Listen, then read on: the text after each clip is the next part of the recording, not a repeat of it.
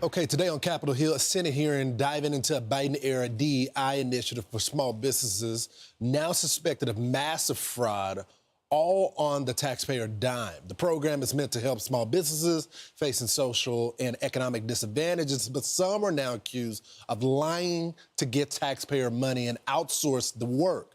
Senator Joni Ernst demanding to stop all the funding until further review. She joins us now along with Daily Wire investigative reporter Luke Rosiak, who will be a witness at that hearing. Senator Luke, thanks so much for joining the program this morning. Absolutely. Happy birthday, Lawrence. Oh, thank you, Senator. So let's get into how the American people's money has been taken advantage of. Can you explain specifically what was going on here and how they were taking advantage of those taxpayer funds?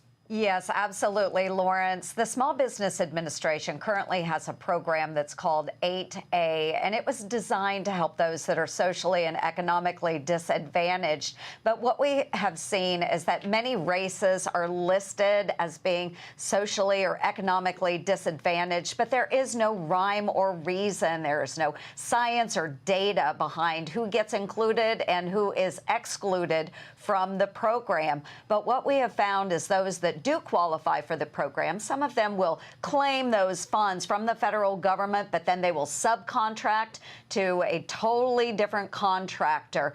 And we found a $550 million fraud scheme involving bribery through this program. So basically what I am saying is we need to halt the program. Let's audit all of those funds. We'll audit those that have applied for it. We'll get to the bottom of it. Luke, and forgive me, Senator, for saying this, but, you know, on the surface of this, the program sounds illegal. How do you give money based on people's identity? That seems like that's unconstitutional to start with it, Luke.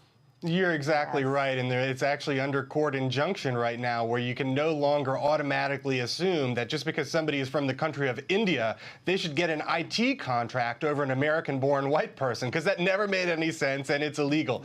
The problem is there's still a set-aside program for people of social disadvantage. So now you have a case where people write essays and they have a sob story, then they get a set-aside contract. And what that means, Lawrence, is if you wanted to cut down a tree in your backyard, you'd probably call around and get 3 quotes and get the company with the best value.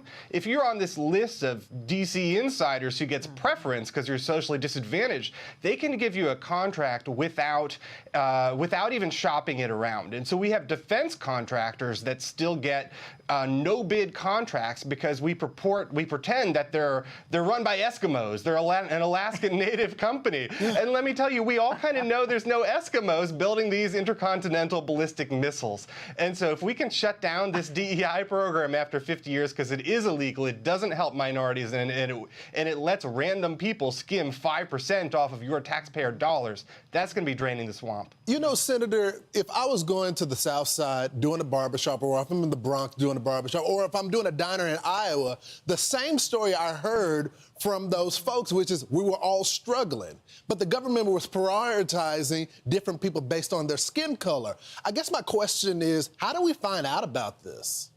Well, we have whistleblowers that are coming forward and letting us know about these schemes. There are so many fraudsters that have tapped into federal government dollars, and we are exposing that. So Luke will be joining me this afternoon at a hearing in the Small Business Committee. I chair this committee, and we are going to expose federal government fraud, whether it's through the 8A program, the COVID dollars that we saw flowing out, as well as USAID fraud. It is something that I have been trying to expose for years. Well, now I have the platform in the Small Business Committee to bring all of this to light. And Luke is going to share his experiences as an investigative journalist and someone who has really listened to those whistleblowers and brought those stories forward. But that's how we find out about it. We also need to do a better job of auditing as a federal government. This is one of my biggest beefs,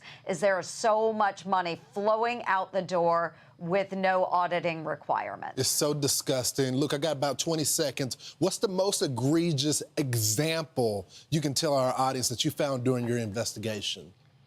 There's one contract where the government wanted to buy Cisco routers. So instead of buying them from, well, Cisco, they bought them from, a random black guy that was running an LLC out of his house. And then he turned around and bought the routers from the company that actually makes them. It's unbelievable. It was a shakedown. It was a shakedown. Yes. And they could have went straight to Cisco. Obviously, we have government contracts with Cisco. It just makes absolute no sense. And I guarantee you that administration knew about it, but your investigation is going to uncover it. Senator Giles, thanks so much for joining the program. Yeah, thank you, Lawrence. All right.